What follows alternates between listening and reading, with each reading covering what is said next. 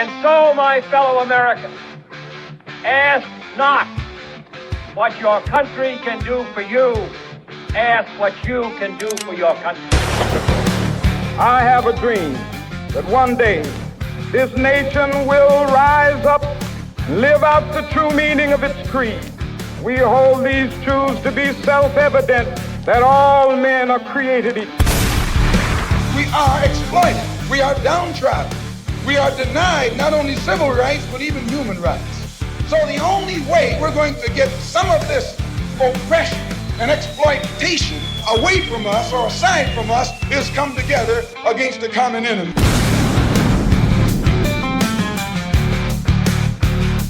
I don't want you to protest, I don't want you to riot, I don't want you to write to your congressman because I wouldn't know what to tell you to write. I don't know what to do about the depression and the inflation and the Russians and the crime in the street. All I know is that first, you've got to get mad. You've got to say, I'm a human being. God damn it. My life has value. We're not just going to let you walk out of here. Take a giant step for mankind. Get together, have a few laughs. Welcome to the Iowa Talk Guys podcast. I'm your host, TP. And I'm E-Rock. I'm Mel. And tonight we're bringing back one of our best guests that I think we've had. One of our most popular guests based off all the downloads is Mr. Brandon Kroll. How are you tonight, sir? I'm great. Thanks for having me back on. Thanks for coming on, man. We really appreciate it. Really excited about the conversation we're going to have tonight about Trump's cabinet picks and who these people are, and is Trump really going to drain the swamp, as he has claimed multiple times?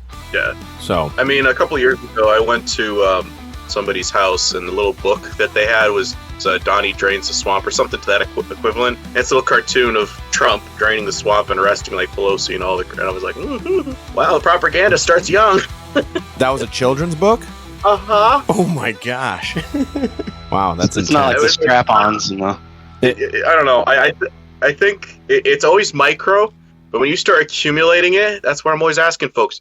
Put it in the back burner. Just say if that something else shows up, I'll put it in there. At a certain point, my little coin jar is starting to overflow with, that's a lot of coincidences, and my scale is starting to hit the chart off. I don't know. Wow. Yeah, obviously, there's tons of love for Mr. Donald Trump. People are looking at him to be the savior of not just America. I think some people are putting it on him to be the savior of the world at this point now, too. Well, even when Trump was president, remember when the British sold Hong Kong back to China, and then they were like protesting in Hong Kong with all these pictures of Trump, like, come save us, help us. And he's like, I helped broker the deal. No, I don't know if he did that or not, but why would he care about saving the people in Hong Kong? But yeah, right. People still, and especially in the QAnon thing, when all that came about and is still going on, apparently, there's tons of people around the world that believe in the Q-spiracy and believe that Donald Trump is coming to save them. Yeah, I think that's kind of the thing, is that for me, the name world ruler is Donald's name. Trump to deceive one up or outdo somebody else, and then he's not a citizen of America. Did you guys know that? Right? Doesn't he have like dual citizenship, or is it just strictly Israeli?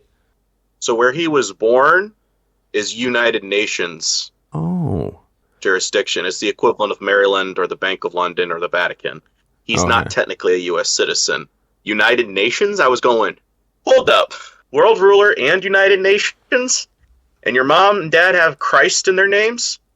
Hold up, let's look at this guy one more time. And it's amazing that despite me showing this kind of stuff to folks, they're like, no, it's Prince Charles, it's Obama. And I'm like, hate to break it to you, the hopium you have in this monetary messiah of the West, he has a higher potential than any of those other things, because his name also etymology-wise traces to Baal. And if you hadn't noticed on our money, just pull out a $1 bill. In God we trust. Didn't Christ always constantly say, render unto Caesar the things that are Caesar, and unto God the things that are God's? Mm-hmm. And it's alleged that Nimrod's son Hermes is the one that gave us coinage, which is a variation of Trump's name. And everybody's equating him to being the guy that's going to fix the money for us. He happens to be Exchequer of the Vatican and the World Banks, according to Gerald Posner, God's bankers. Mm-hmm. Just real quick, I saw a clip today that he was talking about, well, this cryptocurrency is coming to the world, and why shouldn't the United States be the leader of it? Eventually, everybody's going to catch on and stuff. So, and talking about our current fiat currency is not going to be good. And he's like, you know what? We could honestly just pay off our debt with one crypto check. How nice would that be? Yep. Who knows? Maybe we'll pay off our $35 trillion, hand him a little crypto check, right? We'll hand him a little Bitcoin and wipe out our $35 trillion. And that's also part of my list here of what I foresee is exactly that's going to be the first thing that's going to go down. As first, he's going to get peace with Russia. He's going to get peace over in the Middle East. He's going to pay off our national debt with his Soros protege, who's now Secretary of our Treasury, Scott Bessent. He's going to have him solve our national debt with Bitcoin. That's going to be the first little implant in everybody's minds going, oh, wow, maybe this Bitcoin alternative is actually a really good thing. I mean, it paid off our national debt. And that's going to go viral with all the, Republican, Libertarian, fill in the blank, all this stuff. And it's like people don't seem to realize that Scott Bessent was originally in charge of the UK's money, and he's the one that drove it into the ground. And now he's in charge of America's money? Mm-hmm. Yeah, and he was a partner of the Soros Fund Management and founder of Key Square Group, which are global macro investment firms. Well, and Soros, that's George Soros's freaking money. So, okay, we're just going to trust this guy? All right. And it's like, so the list I was compiling, I'm like, okay, so you do that with Bitcoin. Okay. And then you do the IRS, right? I'm going to abolish the IRS. This will gradually induce the acceptance and the solution that saved our country into accepting the B system of security. So basically, it's going to be like, we're going to get rid of the IRS. In turn, I'm not going to tax our own people. I'm going to raise tariffs on all the foreign countries, right? That's what he's been saying. I'm going to raise it up to like 100%, 30%. Yeah, he's throwing out so many numbers. So doesn't this sound similar to what would be in Revelation? That for the first couple of years, it looks really good. Yeah. But what would this do if you were another country? I would get so ticked. Yeah, it'd be BRICS Alliance would be like, you know what? Let's prep up the nukes. We're not going to let him get away with this. Yeah, or then we'll just be like, okay, well, we're not going to do business with you anymore then. Right. I mean, you can only endure that for so long until you're like, you know what? No. That's true. And the reason I said, I'm saying prep the nukes, whatever equivalent, because if Babylon falls in an hour and America has connections with being founded by the Jesuits of the Vatican City, a.k.a. Mary Land, our capital used to be known as Rome. So if there's a connection with that and America falls within an hour, like in Revelation chapter 18, I'm reading about everybody, all the citizens are sitting in the ships on the coastline as they're watching Mystery Babylon the Great fall within an hour. And what are they all moaning? The loss of money. And gold. When you're reading that passage, a lot of it is implying they were making sad because they're not making riches off of her anymore. Yeah. It really makes you think, dude. Yeah, it does. And I believe it was, I can't remember if I saw it on one of your posts, but Washington, D.C., for those who don't know, is not a part of America. That's actually, the District of Columbia is actually a part of the Roman Vatican. And a great book on that, very expensive, but if you can get it, Rulers of Evil by Tupper Saucy.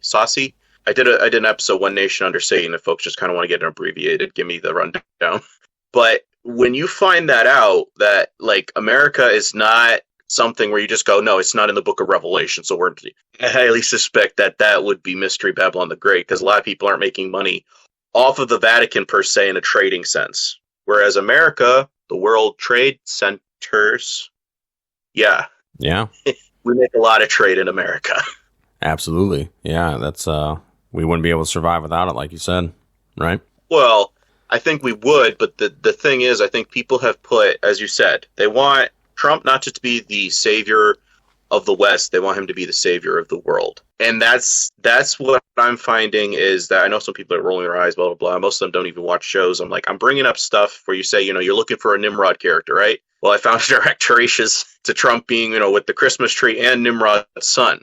And for me, I think what I'm noticing statistically wise, people who have not gotten rid of voting, they have not gotten rid of politics, the left or the right, you're supposed to be on the narrow way. People who have not dumped Trump or their holidays, these are the people that get the most upset with you when you start telling them, have you looked at this? Or I think we should start walking away with that. Oh, holidays that is something a big one too, yeah. Oh, yeah.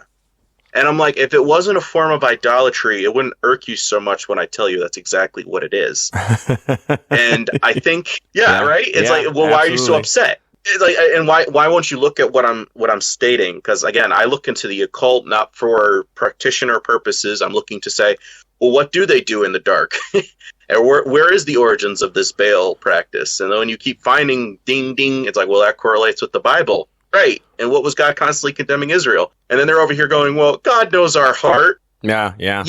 How did that turn out for you? You had to go into captivity into Babylon. It's all about symbolism. If you understand the symbolism, again, symbolism of Egypt was what got them upset with the golden calf. There is symbolism going on with the statue of Nebuchadnezzar from Daniel's dream right here in America. A lot of Syrian stuff, because people say, how did you come from Syria? I'm like, I'm showing you. It's right here. No, it's not there. It's not there. Well, and the funny thing about, when people say, oh, God knows my heart, what does the Bible say about our heart? It says that man's heart is exceedingly wicked, right? Yes. Yeah, you're right. So he does know your heart. We're all pieces of garbage. Well, it's like when you confront them and you like with the truth, and they're finally going to that phase where they're like, okay, he's actually able to articulate the point he's just made. I don't have anything. Well, I don't do it for those reasons. I don't care why you still do it. We're supposed to be set apart from the rest of the world with what we do stand for. So if you are identifying with this holiday and or tradition, that is idolatry. Yeah. Well, and that's, I think, was it in the tinfoil hat episode you did where I think even Johnny, when you were explaining that to them, and at the end, Johnny's like, I'm not giving up my Christmas. There's no way. I'm not doing that. I mean, because like literally, dude, you're messing with people's childhood when you attack Christmas. But I still want my presents. Yeah. I don't think there's anything wrong with the presents. I'm condemning the tree especially. That's right, all. And the decorating and So the funny thing about that too is that that's ammunition for atheists to be like, well, see, religion's bullshit. The Bible's bogus because you guys are all celebrating these pagan holidays that you claim to be Christian. Because they do their research and they're the ones that are correct about it. And people that are so ingrained in doing these holidays, they grew up, like I said, especially Christmas. You're literally attacking people's childhood there, and that's why I think they get so frustrated with it and upset. And that's okay. But I'm noticing, so if it's your childhood and then you're having that merge into your adult version, like voting is writing a letter to Santa, gives you the illusion that something's out there, It's like, I hate to break it to you. Okay, you want to feel, okay, no, you're just a statistic of gullibility, young little one, but if you feel like you want to do that, go ahead. And it breaks your heart because you feel like the parent where it's like, I think they're old enough to know. It's like, no, he still likes his diapers. Let him wear it. Okay. Let him just crap himself. He likes it. It's like, yeah. And again, this is the thing where when you grow up, you want adult food, right? Mm-hmm. When I was a child, I lived as a child, but as a man, I put away childish things, as Paul wrote. Right. And I think spiritually speaking, that's where we have to be coming to grips with things. Like, again, I'm not against the presents. I don't see anything wrong with that. But needing the tree, needing to do all the other stuff. Because I don't even, like, if I do go over to somebody's house for a holiday, you know what I do? I don't participate in the tree stuff. I'm just there for the meal. And when people are asking me, like, how come you're not in there? I'm like, because I don't participate. That's your gift to me. That's not, I'm not here for the Christmas ceremony when you wake up in the morning and all, Mm-hmm. If you want to know the truth, which I've told you before, again, I'm not going there out of ignorance. I'm going there and I'm saying, that meat you put to the idol, as Paul was writing, I don't approve of that. I'm just accepting the byproduct of what's there. Yeah. If that makes sense. And enjoying time spent with family and friends. The fellowship aspect, yeah. But even then, there's some of them I wouldn't because they go way too extreme. I'm trying to be there as a testimony representative because I could be a drip on the log and just say no. Well, I can also be there and be like, if anybody has a question, because I I heard somebody say blah, blah, blah. Like, yeah, I don't. And again, this is the moment. I already have my foot in the door because I'm present. Now I can elaborate as to why I believe what I believe. Yeah, that's awesome. You know what I'm saying? Yep. If I may, because this taps into politics and stuff like that too. Yeah, go ahead. Is I'm creating this chart that goes with like the Venn diagram. It's the three eyes. You have the individual, which is over here on the bottom, and then you have at the top the institution, and then on the other corner you have the ideologies. Now, as the individual, you're constantly being pitted against these two things because your circle interconnects with all this because it's in your society. Up here, you have the institutions. It's the religion. It's the academy. It's the philosophy. It's, fill in the blank with all this stuff. And you get a little bit of influence like that as an individual. You get pulled into that. It's a microwave philosophy. It helps explain how I view the world because somebody or a great thinker did it for me. Or an ideology, fill in the blank with something else of, such and so movement, Black Lives Matter, fill in anything, Republican aspects, and you start identifying a little bit over here. So when somebody like myself comes over and condemns Christmas, condemns Catholicism, suddenly the Catholics will be like, well, how dare you I am condemning an adjective. Yeah, but I identify by that adjective. Ah, okay, so you identify with the St. Bartholomew's Day massacre? Well, no. Well, they killed 30,000 people, Huguenots and Protestants. Some sources even claiming that they grabbed babies by the heels and whacked their heads up against brick walls. Yep. You identify with that? Okay. What about the Crusades? Well, no, I want to know, do you identify with that? Because that was done in Catholic's name, not Christ. Well, it's just Spanish Inquisition that went on for 400 years. Do I identify with that? At a certain point, I'm asking you, you identify with the atrocities of your institution or yourself as an individual? See, this is where I'm coming down to is, as the individual, you have the right to say no to the institution, to the ideologies of this world, because what is Christ asking us? Don't be part of that Venn diagram. Be ye set apart. Come out of her, my people, unless you receive of her her plagues. We're supposed to be saints, which is the root word for set apart. So while you are in the world, you are not of the world. You're supposed to be striving towards Christ. And you're supposed to carry yourself out of that and go over to Christ. So that people then look at you and go, you're here, but who are you? I'm a celestial ambassador for the kingdom of heaven. Okay, tell me about this faith that's within you. And this is what our lives are supposed to be, is that you're not identifying with the adjectives or organizations and things of this world. You're set apart. And that's what makes people go, so you don't put your faith in a politician or into the religion? No. But who do you put your faith in? You see what I'm saying? It's so radically different. But if we implemented that, imagine the transformation that would happen. And don't tell me that I'm wrong, because here's the thing, folks. What happened with the early Roman Empire? People are leaving temples. People are dumping their idols. Paul, what is this new philosophy movement? Not a philosophy, it's a faith. Yeah. Faith? Come atop of Mars Hill, please explain it to us. Your actions are prompting people to follow you, not the point of a sword. I don't know, it's just my 2 cents. Yeah, and I think a lot of historians don't like pointing that out about, Christianity did play a pretty significant role in the fall of the Roman Empire. They started losing control of their people, because at the temple, the government does the same thing nowadays that they did back then. The government tells the churches what to say. Hey, you want to stay tax-free? You don't talk about this. You talk about these things. It's a form of control. And then, once Christianity started spreading like wildfire and catching on, I mean, that was how we got the Roman Catholic Church. It came out of the Roman Empire. It is the Roman Empire. Yeah, and we're the tail remnants of the Empire of Iron and Clay when we're trying to merge back into what they're saying is the Golden Age, this golden head of the statue, Nimrod, Babel. That's what they want to create with their technology, but it's the Empire of Iron and Clay. It's destined to fall. Right. And I think that's what Trump's administration, that's what they're lining up beautifully for.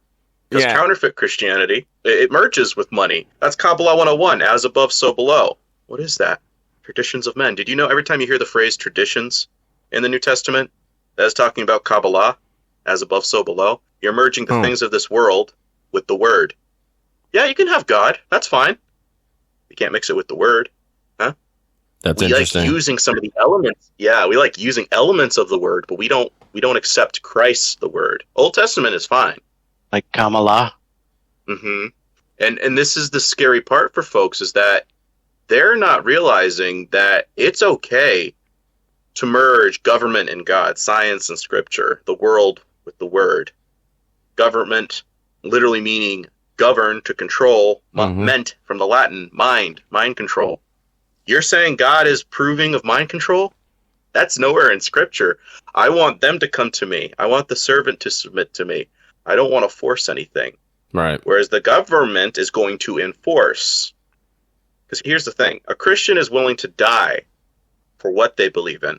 A religion is willing to kill for what they believe in. And I'm seeing a lot of MAGA being similar to brown shirts, that they're going to eliminate the threat to the God Emperor Trump because he is ordained by God.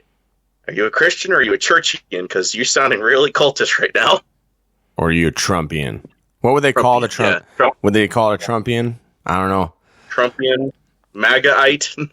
MAGA-ite, yeah, something. I like MAGA-ite. MAGA-ite. So, you know, I mean, it's the magicians, you know? Yeah. Well, there could be, you know, just like the brown shirts, there was the SS and there was the SA, the brown shirts, and then you have the SS who are the real hardcore, pulling the strings kind of fellas. Trump just picked his FBI guy, is Kash Patel, and they want him to be the director of the Federal Bureau of Investigation. Patel previously expressed intentions to target media personnel he perceives as adversaries, stating, quote, to come after the journalists who insult Trump or are perceived as political foes of Trump, end quote. Which is the exact thing that's literally how that now. Movie starts. How it's like, okay, so you Civil get rid War of movie? Nancy. Yeah, that's how that Civil War movie starts. What, he sets up an FBI guy? Well, they want to get rid of all the journalists, so like that's why they're trying to get rid of freedom of speech, basically.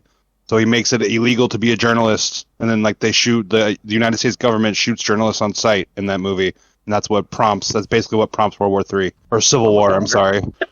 And then he brings in the podcasters. Yeah. Wait, they actually do that? No.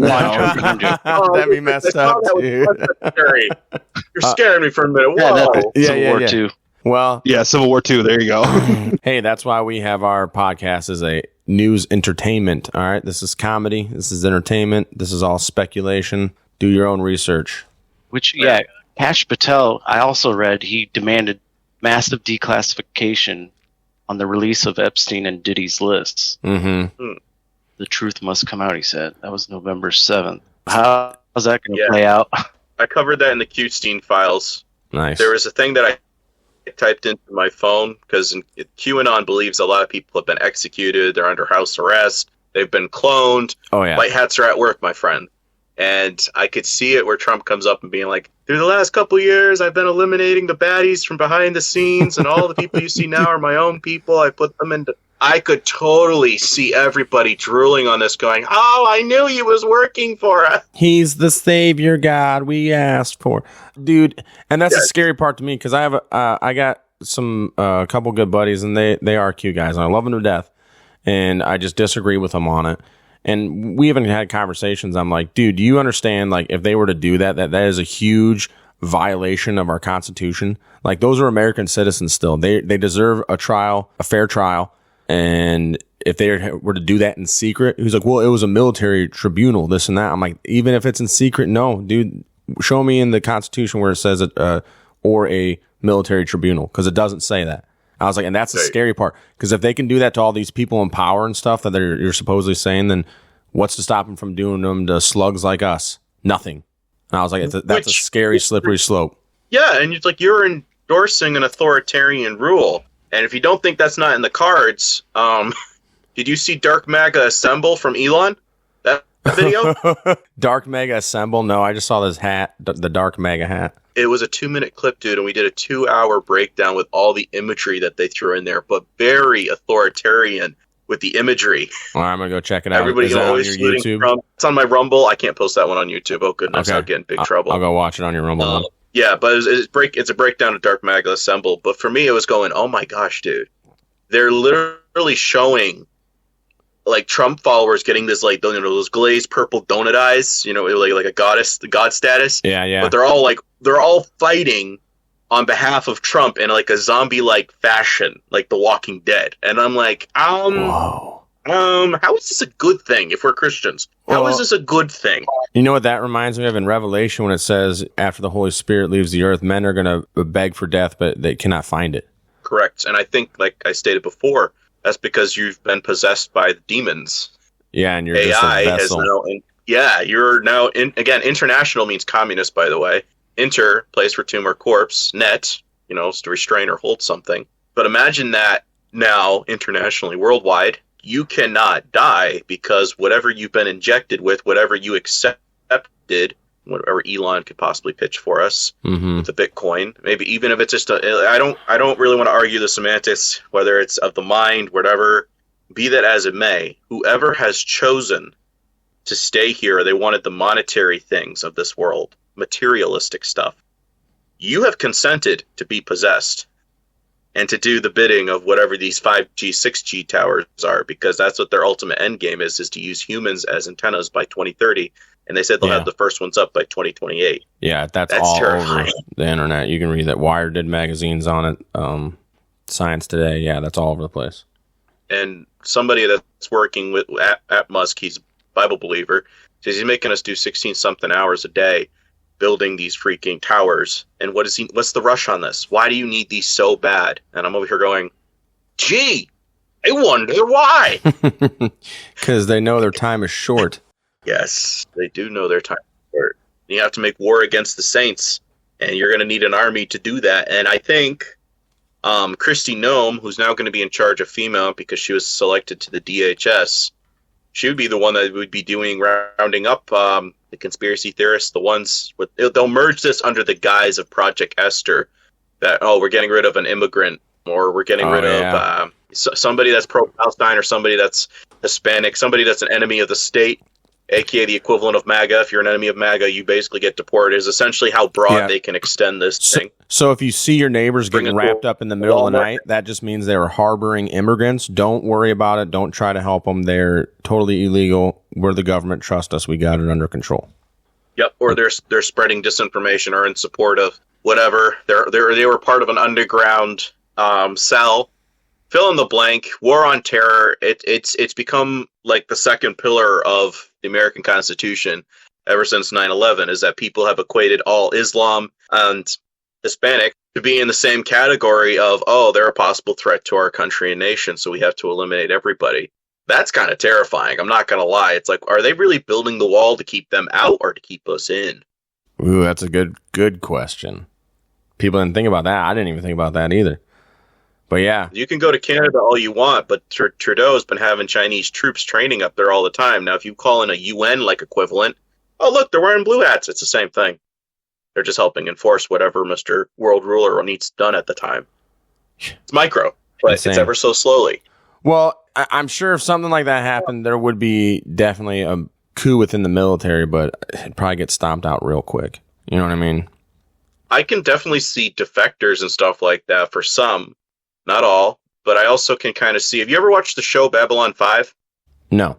I would watch it. It has it's an embassy in space. Not that I believe in space, but it's a good thing to get you thinking of how would you run politics in space, essentially. And they're having dealing with all these alien races. But there's one segment where they're showing kind of the rise of the SS equivalent, or like the brown shirts. And on the station, they're having people getting these patches. We're the Peace Force. So if you see any suspicious activity of your neighbor or something like that, report it to us. And then they're grilling one of the guys on the crew, and he's over here going, well, I guess I saw a little something suspicious. He's like, see, wasn't that hard? Just a little thing. Just tell us about it. Might be nothing, might be something, but thank you for opening up and letting us know. Now here's your $50. And eventually this guy turns around and he's like, no, this ain't for me. I'm seeing what this is doing. I'm doing it for a buck. I'm not doing it because I actually care, But I think that's kind of going to be what happens with a small portion of the military, where some people are going to literally either desert or defect. And again, that's the reason why they had to cancel out podcasters or people like myself that are saying, why do you need them? Why do you need the government? I'm getting already limited on Instagram with posting anti-state, anti-establishment thing. Why? Because we want people reliant on the state and the establishment. Right. We keep telling them they're going to be free. When they accept Bitcoin, they're going to accept a digital communism, essentially. Universal income for all, as Elon Musk stated with AI. Yeah, dude. Could you imagine whatever vaccination or whatever they roll out next, like get a free Bitcoin with your vaccination? Dude, even there's going to be a ton of people who are like, oh, hell yeah. The ones that were like anti-vaxxers for the COVID vaccines and boosters, they'd probably jump on that real quick, dude. Especially if they, pump up Bitcoin even more than what some people are saying that it's going to like $200K a coin. Wow. We'll see. And if that could easily be artificially inflated as well. Again, because it's made up. It's like a Sims character, just like your SIM card in your phone. Yep. And again, if you turn in somebody, we'll liquidate their assets, and whatever money we make from the auction of the stuff that we sell, it goes into your Bitcoin account. Oh, one Bitcoin is worth $95,000. Yeah. That's what I'm saying. Wouldn't that not be the incentive to turn family against family and friends against? Like, why? Because you're over here going, this this is freaking awesome. You become like a digital bounty hunter. I don't even have to get up from my chair. Yeah, I can. Isn't that kind of terrifying? That is super terrifying, especially considering how destroyed the family system is nowadays. I mean, especially with these kids that go off to college and then they decide that they want to change their gender and all this other crazy stuff, completely go against all their family ties and traditions and whatever. And then their family's like, I don't agree with that. And they're like, you are a bigot and I hate you. Those kids would turn in their parents, their grandparents, anybody right away, and especially college kids. Ugh, that's scary and it's sick to think about. But once again, that's been written about in the Bible where, father shall turn against son and son against father and so on and so forth. People will become lovers of money and themselves and materials rather than lovers of others and God, right? Mm-hmm. It says here that the current trading volume of Bitcoin is $46 billion a day. 24-hour trading volume of $46 billion. And that's also how North Korea makes a lot of their money, is apparently by hacking Bitcoin. And it says it has a $1.8 trillion market cap. Wow. Yeah, you're telling me that wasn't created by a Rothschild family? Soros. I mean, it's a beast system. Bitcoin, beep. I'm just saying. And on top of that, so you know why this whole Kellogg's thing is coming out now? The food poisoning? Why would they be telling us about that now? I mean, some of us have been aware of this for the last over a decade or so. We've been talking about that on our show ever since we started. Yep. So with Mr. Maha, whatever you want to call it, what would this do an equivalent with the Bible? You're going to see a decrease of food on the shelves because, we're gonna make it healthy. When's it coming back on the shelves? Don't worry about it. We're working on it. We're making it healthy.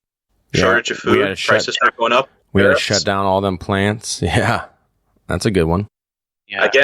Again, maybe first 2.5 years, 3 years. I don't know, whatever the 42 months start, if it was already during C-19, if it's going to kick off in 25.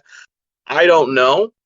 But if you're going by the years ahead, 2025, I'm trying to blank on that one. 25, I think, was lockdown.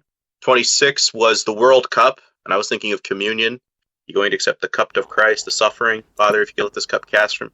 Or you want the World Cup with whatever they're going to pitch with that.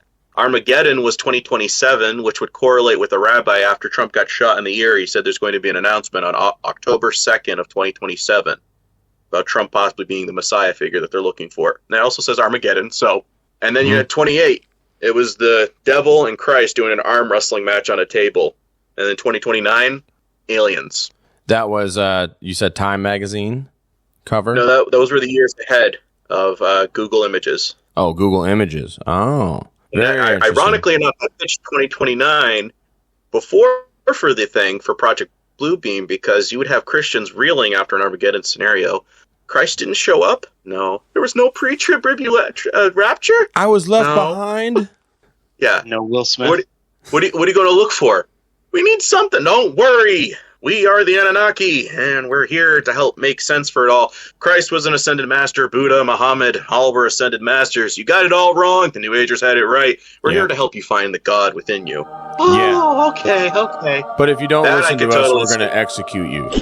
Because the rest of the human race can't evolve and move to the next step of human evolution if not everybody's thinking on the same pathway, Karen. Yeah. And personally, I think that's when you would eliminate the liberals, right? That's when you'd want to do that. Prior to that, you get rid of the Christians, because I don't think we would need to be around for that part of the Great Deception. Why? Because we already been warning people just about the little stuff, and he says our suffering is cut short. It's cut short. Yep, because they make war against the saints and overcome them. Correct. Yes. Now, I don't know if we get indwelled with the power of the two witnesses, because again, everybody's looking at Holy Land, two witnesses. But in Isaiah it says, don't you know that I have made you my witnesses? So is that scripture in Christians? What do you mean? Well, I'm just saying, when you go to the mountain of transfiguration, whatever, you had Moses and Elijah, right? Mm-hmm. Allegedly, this is what a lot of people pitch. Moses led the Exodus, which could be symbolizing Christ's return, Joshua, Yeshua, the Exodus equivalent they're going on there. And then Elijah was waking people up, saying, turn away from your sins. And what did he have the power to do? 50 people came up to him with freaking chariots. He burned them with fire from the sky. Yeah. I mean, there's constant stories. The Elijah spirit in the last days. I don't know, but if we do get quote unquote activated, I can't wait to use some of that if that is the case. If not, I'm also ready to die at any point. But I'm just saying, if that is what happens with the Saints, allegedly, if possible, just throwing that out there, I would be quite excited for that, man. Yeah, well, they would have to make war. They'd have to have their own counterfeit to that or whatever, right? Whatever Musk can hurl at us, I'm assuming. Something. I think personally, Musk is that false prophet that would be, hunkering around with the Antichrist. When you're watching all these other Christian video breakdowns, I'm like, I could see that being Musk. He claims to be 2,000 years old. I'm just saying. Yeah, he's a very interesting character. A lot of people were happy when he bought X or bought Twitter and changed it to X. They're like, yeah, he's going to return free speech, and people can go back and listen to our shows and our listeners that have. We're like, we're not too sure on this guy. I don't know. He's got like 18 kids from like 20 different women or something crazy, or 20 different kids from 18 women. I can't. Do you know how many kids he has? A lot. All I know is he's got that special kid, but I'm laughing because he's saying I'm against the trans movement. But it's like, who paid for the surgeries, Daddy-O? Right. So my son Xavier is dead. Killed by the woke mind virus.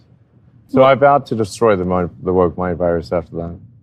Who paid for the surgeries? My son died to the woke brain virus, and I vowed to destroy it. So are you going to kill your kid? He has 12 children. He has 12 children, yeah. 12 children. Partners.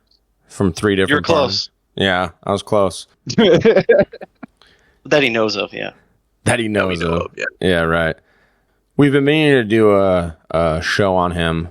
But he takes credit for PayPal, right? Which he was just a partner in PayPal. He just came along. He wasn't even the brainchild of that company. Same with Tesla. He didn't think up of the Tesla vehicle. You guys know that, right? This is a clip from Newsthink on YouTube, published on July 28, 2022. Martin Eberhard and fellow engineer Mark Tarpenning incorporated Tesla Motors in 2003. Ian Wright, J.B. Straubel, and Elon Musk joined later. However, Musk believes there's no way Tesla would have even gone into production without him and J.B. Straubel, its chief technology officer. Musk pushed Eberhard out of his role as CEO and eventually out of the company in 2007. By then, Musk had been with Tesla for 3 years. He used his earnings from PayPal to sign on as one of the first investors in Tesla in 2004 and became chairman of the board. So why does Elon Musk despise Martin Eberhard? He even went so far as to say, I wish I had never met him. He believes Eberhard nearly drove the company into the ground when trying to produce Tesla's first car, the Roadster. You can have a car that's quick and you can have a car that's electric, but having one that's both is how you make electric cars popular. Trouble is, Musk didn't think Eberhard was capable of building an electric sports car. He says Eberhard wanted to outsource car battery production to a barbecue manufacturing factory in Thailand, as they were having trouble finding a factory willing to produce an advanced lithium-ion battery pack. When a Tesla team went over to check out the factory, instead of a factory, they found a concrete slab with posts holding up a roof, as Ashley Vance detailed in his book about Elon Musk. Since the Thai company couldn't make a battery pack, it caused issues for the rest of the supply chain. The plan was to have the battery cells made in Japan, shipped to Thailand, where they were turned into a battery pack, then shipped to England, where a company called Lotus Engineering would build the body of the car and attach the battery pack, before making its way to the initial market in California. Musk alleges Eberhard screwed up in other areas, too. He says he outsourced the carbon fiber body panels to a company that couldn't make them. Carbon fiber is a special material. It's very strong for its very lightweight. He said the gaps between the body panels were so big, you could put your thumb in between them. Eberhard has responded to Musk's criticism. In a message to me, he wrote, "That is of course ridiculous. Sure, we were over budget and behind schedule, which successful startup companies were not." He went on to say, "Since I left Tesla 14 years ago, which of Tesla's cars has been on schedule or on budget? How is that Cybertruck going?" Heard something on it. Yeah, he was basically just like approached to be pretty much like a partner investor slash like angel investor or whatever. And then he came in. Yeah, that's what it says on his thing. Yeah, and he came in. He was like, "Oh, you know what? I have some better ideas for this company." And then basically cut out the other owners and then took full credit for the whole entire operation for himself. That's a classic Masonic move. Even with the Ferris wheel, there was another guy that invented it, and this Ferris guy pirated it. But what do we call it to this day? Ferris wheel. Interesting. Yeah. And Thomas Edison did the same thing too. He invested $6.35 million to become the majority shareholder of Tesla. Yeah. And then did he do that? Took over. Proxies, or did he do it himself? Yeah, he took over. Wow. It was Martin Emberhand and Mark Tappering were the original guys for Tesla, and he made it a huge investment, became the majority shareholder, and that's how he took over. He joined the board of directors as chairman. Wow. So he's not some savior. He's not some good guy. He's a scumbag. Did you hear about the babysitter video that I posted? Remind me. Said when he was a kid that he opened up a portal in his bedroom. Oh. And she asked one time, one of the ladies that was there in an event, she said, is Elon the Antichrist? And she's going, no, but he'll be the one that introduces the mark. And the man who walks on stage after that, that is the Antichrist. And That's what his babysitter said? Yeah. And it's making me go, okay, so when he posts these 3 cryptic texts on his Twitter, which Novus Order Seclorum when he's going to Mar-a-Lago, or when Trump got to 66.9%, he writes that the prophecy has been fulfilled. Yeah. And then he posts this thing with Dark Mega Assemble. It's like, and then the day or so after that, he goes to the fights, and he's wearing a necklace with the Omega logo. Now, did you know we are in Gen Alpha right now? Yes. The Omega and the so Alpha and the Omega, huh? Yeah, is the last generation going to be Omega, the Alpha and Omega, that you can become your own gods? I don't know, but Musk's wearing a lot of stuff that seems to be indicating that we could do that through Hermeticism magic, which is what they tap into. Is Neuralink? Right. X for Aquarius Rising, A equals 1. I is the 9th letter in the alphabet, A plus 9. Well, and he's even said that he wants to turn the X app into the Chinese, like everything app, their social app and all this stuff. And that's why we speculated with Drew Misson about, Trump going to introduce the cryptocurrency and then, tank the American economy, the American dollar, or introduce the cryptocurrency. And the way you have to have is you have to have an X app. That's the way you have to pay for everything. And then if they don't like what you're doing, they just shut it off. Yes. Am I the only one getting notifications on my credit card that we stopped this transaction for security reasons? And you're like, well, what's the security reason? Can't tell you because of security reasons. Oh, no. No, because I'm getting that. I'm saying I could see a surge of that starting going on because you can't buy or sell. No man save he that has the mark, right? Did that to Kanye. They did that to Kanye? Yeah, remember he was going through that stuff and they froze, what was it, the Apple Pay or something? Oh, after he broke up with that witch. Accounts. Really? After he went on that Jew rant. Oh, yeah. I could see that tying in with Project Esther. Well, and then another thing about dates, okay? So, did you hear that Elon and Vivek Ramaswamy, they announced that the final step of Doge is to delete itself. And Vivek Ramaswamy said most government projects should come with a clear expiry date. That's why we set one for Doge, July 4th, 2026. So I guess that's 7. Independence Day. Isn't that the same year where we turn as a 250th year of our country? It is. And it's the same day that is supposed to be the last day of the Great American Fair that Trump's going to have here in Iowa, on the Iowa Fairgrounds, where it's going to be like a 6-month-long fair to commemorate America's 250th birthday. Wow. Did you see he's going to have Patriot games? States versus states. Is that going to eventually just become permanent and turn into the Hunger Games Stadium here in Iowa in the middle? And there will also be prayers from religious communities, pavilions from all 50 states, and would sign an executive order to bring back the National Garden of American Heroes. Yep. It's terrifying. Because you're falling in love with a country. You can't have Christ and country. And this is the thing, is a lot of Americans are going, well, how come I can't have both? Because that's very just fault of you if you do that. And who's going to be the problem? Real Christians that are condemning or saying, I don't want to partake in it because, Meshach, Shadrach, and Abednego, I'm not going to go bow down. I'm not going to participate. If you don't, you're going to go to jail. Okay, I guess I'm going to jail. And then it's choppity chop time. Dude, most Christians nowadays at the church, if you don't bow down to their favorite football team, they don't want anything to do with you.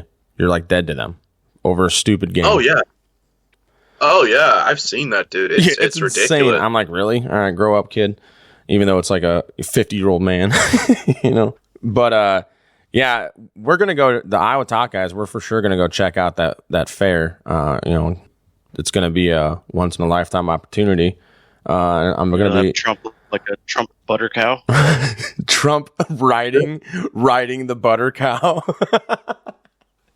They probably Is this would. actually a thing that got work? Yeah, so in Iowa, that's a big thing at our state fair every year is that we have the world's largest butter cow.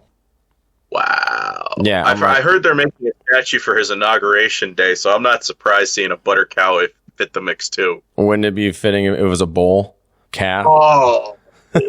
Trump riding the golden butter bull, grabbing it by the horns. You know, is it just me, or do you guys see, spiritually speaking, that they're trolling real Christians at this point with the symbolism? Oh, it's been going on for a long time, dude. That's just straight mockery, right? It's all mockery. But I'm saying like excessively though with Trump these days. It feels for me like it's a little bit of a middle finger of, yeah, you know your goose is cooked. We know that we're coming, and a lot of people don't believe you, or we're going to censor your voice so that you're never heard. That's what I'm seeing on the rise, and it's like making it into a bull. I could totally see it, and again, most people are going to make justifications for it. It's like an intelligent rebellion, is that the symbolism is right there in front of you.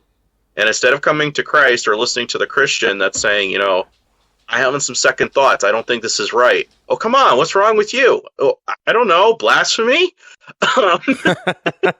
Yeah, maybe.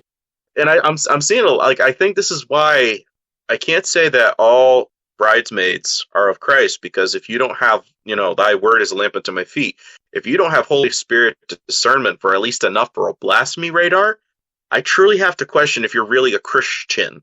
Because a Christian would immediately go, sorry, this ain't for me, or this isn't passing the smell test. Conviction, not triggered. I'm convicted that something's off here, and I need to be set apart from it. It doesn't mean, again, you can still goof up. Like, I felt really bad going the second time voting. I felt like, as I said, I felt very dirty. I felt like I was leaving a whorehouse or something. It's like, this is not where I'm supposed to be. But the conviction was there. You know what I'm saying? Yeah, you're absolutely right, man. And yeah, I need to use some conviction on myself. As of late, I haven't been too good. But real quick, to go back to the fair thing, a shout out to Joey DeMurdo. He's from the Des Moines area, and he told the talk guys that we could stop by his place, and he's throwing a party for the for the Great American Fair. Yeah, it's super interesting, dude. This whole aspect, and with the numbers and everything and all this stuff correlating. And I mean, also we know, like, you look at, for instance, the microplastics and the crap they're spraying in the air all the time, and going back to like the poison in our foods, right? All this fillers and seed oils and preservatives that are killing us and giving us cancer and all these other ailments and diseases. And it makes me think of, what was the seal? Was it a seal that was broken, and then a cup was poured out, wormwood, and then said like a third of the water was poisoned on the earth, and then like a third of the food, and like all this other stuff. And that's happened, dude. I mean, all over the world, what used to be clean, good drinking water is now just absolutely destroyed by mankind. Polluted, chemical runoff from fields, and like the stuff they're spraying in the skies, people dumping trash into rivers. I mean, in India, they have that one sacred river, just dead bodies floating everywhere. It's disgusting. That's like where the hell they bury them, right? They just like release them into the river. Yeah. And then it's like made the water toxic, but yet people still go down there and bathe in it and stuff and get sick. And it's like, oh, and their genius idea is not to stop throwing dead bodies in this river. It's to introduce some turtles that eat dead bodies or something. I'm like, okay. Yeah, because that's what I want my ancestors to do, to not just float down a river somewhere. I want them to be torn apart in shreds in front of me as soon as we toss them in. Sorry, Uncle Ron. Yeah, I think that's what they're... The four horsemen of the apocalypse, you look at that, and I think, everybody who's reading it from like a third person perspective, you're expecting it to be like literal four men on the apocalypse, so that, because like each one of them represents one of the elements: fire, air, earth, and water, and that is the Star of David, Remphan, and they've poisoned the air, which is air. with the chemtrails, and then they poisoned the water, which again is biblical, and then they're poisoning our food, which would represent Earth, right? And fire, we're having wildfires and stuff like that. And so I'm seeing elements all coming together, and that's part of the thing with them is that they're becoming their own gods because we have the technology to become like our own gods. We can dictate a storm anytime we want. Right, that's the wind. Yep. Yeah. And again, I don't know if we do get activated or if, we suffer for a short time and we're taken out. Either way, I don't care.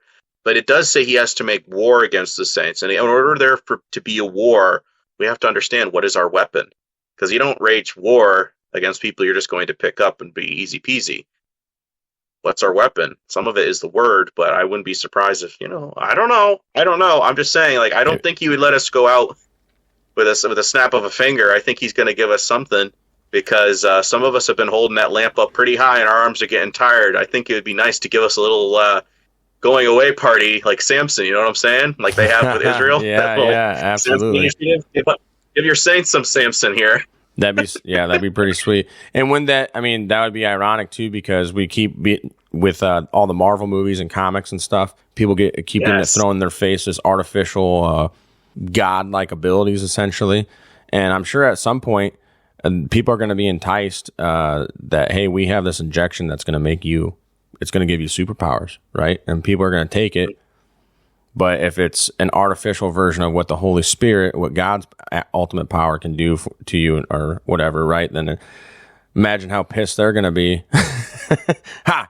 You got the cheap Chinese generic version. Well, wouldn't that not go full circle, though, to the soothsayers or, when Moses came into Egypt? Yeah. I could do the snake staff thing, too, but mine's consuming yours. Ours doesn't do that. What you guys got? We can't do that. Right. Yeah. Ours is eBay. What are you talking about, man? Right. Etsy. The Etsy Egyptians. Yeah, right. Your Wish, you guys got the Wish version. But yeah, that's such a good scene in The Prince of Egypt too. When he comes into that chamber, just strolling in, like, yeah, I'm gonna take care of this. No big deal. Like anything they throw at me, like, I got it. It's not a problem. And then he just, sets that steak down, and that snake is eating them, and they're all trying to make him not look at it. It's just so symbolic and just teaches you the right from wrong. Like, this is the way to go. Right. Yeah. There's always going to be counterfeit gods, and they're always going to be trying to portray themselves as being the most powerful, but it's all fool's errand in the end because they know better too. That's the other part. They're just deceiving mankind, right? They know they're not the best. The people that are taking ayahuasca and DMT trips and communicating with these entities on the other side, they're about to have their disclosure event. That's coming up soon too, allegedly, according to all these people that meet with these entities and talk about how, the next step in human evolution is the Godhead. We're almost there.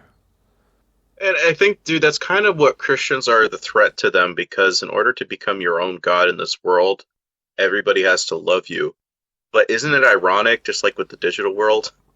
It's that one little person standing up and, throwing that tomato at you that really is irking you. And don't we get that in the story of Esther? I'm fine, but how come Esther's, uncle here is not bowing to me? Right. Everybody else is, but that one person. And I think that's in a sense that with this world of becoming lovers of themselves, especially when you're higher up the chain, that really makes you upset because you think you're the, be all end all, you're your own little demigod, and you're over here going, you're not as good as Creator God, and you'll never be. You'll never be one of them. Yeah, but they are being lied to by these they're deceiving themselves and being allowed to be deceived by these spirits and stuff too. And also, we're told in Scripture at the end times is God is going to send, the Father is going to send a great delusion on man. Like, okay, you guys want to walk around with your heads up your asses? Have at it. Here you go. Here's what it looks like inside of it. A world of shit. And for those who get a little bit creeped out when I'm talking with folks like this, and they use that kind of language, because again, when you're reading, your sins are like filthy rags. Do you know what filthy rags are when they're referring to that in Isaiah? What's that? Menstrual rags. Ah, Yeah. Their sins are like menstrual rags. Do you not think that's kind of disgusting? Yeah. Just saying, the Bible's not exactly leaning away from occasional. This is how? Yeah, God does see some of this stuff in this. I'm just saying. I'm not. I'm just saying. Some people get a little. Well, no, yeah, dude, and there's some stuff in there, man. Wasn't it Paul had to do work in like waist deep feces, or was that John? One of the apostles. I can't remember, but I remember King David. Yeah, going up after he just slayed a bunch of people, and then he went and it said, "David pisseth on the wall." He went over, like that's so hardcore. Like, screw you people and your stupid building, and this is what I think of you. This is what my God thinks of you, and I'm just like, oh, it's so hardcore.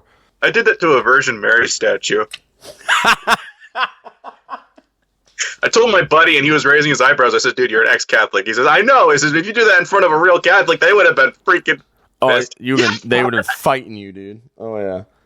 Oh, that's hilarious. Like, dude, I want to do one of those videos where I aim a pistol and I start talking, saying, so if this is not a form of idolatry, you're not going to have a problem if I start shooting a random rock with a face on it, right?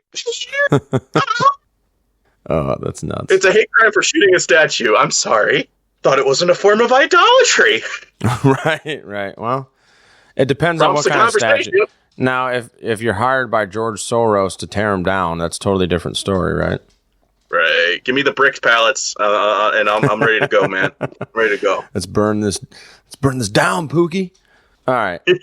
I know we had mentioned Tulsi Gabbard, but did we say anything about what he's going to put her in his cabinet as director of national intelligence? Yeah, DHS.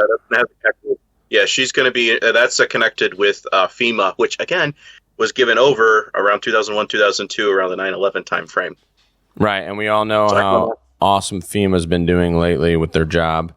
Maybe she'll turn around, but at the same time, I can't really trust her because we all know she's been a young global leader. Oh, and she's huge AIPAC shill. Big time into Netanyahu, as I just did a post on her. I call her Trump's executioner. That's technically what you're going to be if you're going to be in charge of the Department of Homeland Security. And Walmart, a lot of them have been closing down, if you've not heard about that across the country. Mart Law, Walmart, yep, anagram. And it was designed by our military. So I wouldn't be surprised if, once you round up somebody for dissension, alleged accusations, that you bring them over to your local Walmart, execute, throw them in the body bags in the back, take it in the truck. Is anybody going to suspect that? What's this? Oh, it's a recall. We're just bringing it back to where it's got to go. Oh, okay. That's the thing that Jesse Ventura talked about on his show. Like 10 years ago. Yeah, like a long time ago, that they were closing down Walmarts and making them into like FEMA camps. And he tried to like get into one of these closed Walmarts and he got chased off by like armed security.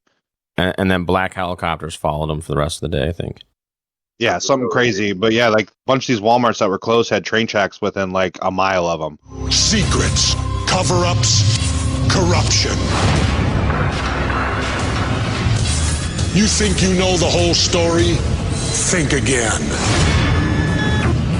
I've been governor, a Navy SEAL, a fighter. I've heard things that'll blow your mind. And now I think it's time you get the whole story. Now, the secret government plan to spy on, round up, and imprison innocent Americans. Anybody that seeks to challenge the status quo could potentially be a violent threat. Jesse Ventura uncovers a plot to force martial law on law-abiding citizens. Certainly the involvement of the military is something that's very concerning. Replace the 50 states with 10 giant prison sectors. Fill up hundreds of concentration camps with people like you and me. They call them residential centers. Residential centers with fences? Because they're designed to hold whole families. And pull the trigger with a disease pandemic. There's this massive preparation, literal megadeth. It's not a fantasy. The wheels are in motion. And politicians are passing laws to steal our freedoms and protect the elite. I'm here to talk to you about these FEMA camps. They don't exist. So why was it put into that bill? Before it's too late, Jesse Ventura cuts through the razor wire, storms the prisons, and blasts open the American concentration camp conspiracy. I'm Jesse Ventura, and this is Conspiracy Theory. Well, that's nearby me, so it's right near the Amazon facility. I don't know, Soylent Green, you're going to send me over to McDonald's? We don't have any food here today, but if you take this voucher, you can get some more McDonald's into you and some Bitcoin points. The good old McMeat is what they're going to start calling it. Dude, like, how is that the photo you guys take with RFK, Donnie J, and Donnie Jr. and all this stuff? How is that the photo you guys take after saying we're going to make America healthy and all this? It's like you're clowning on us, right? Tomorrow. Yeah, eat it. How much? It's huge. Rolling. Yeah, how much did McDonald's pay for that, you think? I mean, like I said, I've broken down the symbolism with McDonald's. The golden arches, or the arches of a heart, are connected with Baal. And like I said, Trump has an etymology to Baal. I wouldn't be surprised if they did that one for a freebie for the guy. Yeah, isn't the arch in St. Louis supposed to be a representation of the gateway to Baal or some shit? I think so. I actually wouldn't be surprised if that has some sort of connection with the... Is it St. Louis or St. Paul that has that thing that connects to the gate that goes over into Ireland, where you're able to see somebody from the other side? Oh, I think that's in St. Paul. I would not be surprised if they do something with that particular gate in Missouri, because that's like almost right down the fault line of the U.S. And we know one thing about these guys is that every sacred monument that we got is a little bit of a nod towards Nimrod or the Giants or something like that. I wouldn't be surprised if that has some relevance in the near future. Yeah, I wouldn't doubt it either. And the interesting thing about that is it's a cable from that thing all the way to Ireland or whatever they say, right? So it's supposed to be a portal, they call it. They had one in New York, but that got shut down real quick because people were flashing it and doing a whole bunch of other inappropriate things that New Yorkers do on a day-to-day basis, and nobody thought that surely they won't do this in front of this and to complete strangers halfway across the world. Oh yeah, they will. It's New York. You underestimate them. But yeah, New York is the modern day Rome. I agree, yeah. But it's interesting because some of these cables in the Baltic Sea that are connecting countries, communications, are starting to get cut. And they're kind of concerned about it because like this is the only way that like Germany can communicate with Finland. It's like, what? I thought you guys had satellites that bounce signals off and all those. What about Elon's Starlink? Yeah. It's like 90% of all communication is used by underwater submarine communication cables. Mm-hmm. If more folks understood this, like even the word astronaut, astro, star, naut, as in nautical, water. So, what do you think astronauts probably really do most of the time? They're the cable guy for underwater. They're aquatic cable guys. Yeah, they definitely don't swim around, dude, in giant pools. That's what I'm saying. The two fiber optic undersea internet cables connecting Scandinavia to mainland Europe were severed within 24 hours of one another. European officials suspect the cuts are a sign of sabotage. They were in the Baltic Sea. That's another one that I haven't heard about. Yeah, that's been happening increasingly, but they're trying to keep it low profile because, again, they don't want to scare all of us. But what was the other thing that we cut? The Nord Stream. Yeah, I know. That's what they're like. This is possibly Russia doing espionage stuff against Ukraine because of their war of aggression. I'm like, we blew up their pipeline for no reason. Like, and in the article I read, they're like, it's still a mystery on how the Nord Stream pipeline was damaged, but people believe it was either Ukraine or Russia. I'm like, it's not a mystery. Seymour Hersh broke the story 2 years ago, like right after it happened. And they did, and I love it. Framing Russia as the bad guy, it's like, no, we're the one that keeps poking the proverbial beehive here. Yeah. And to say that we're not. Russia cut off their own money flow because they want Americans to hate them. That was like the White House's logic.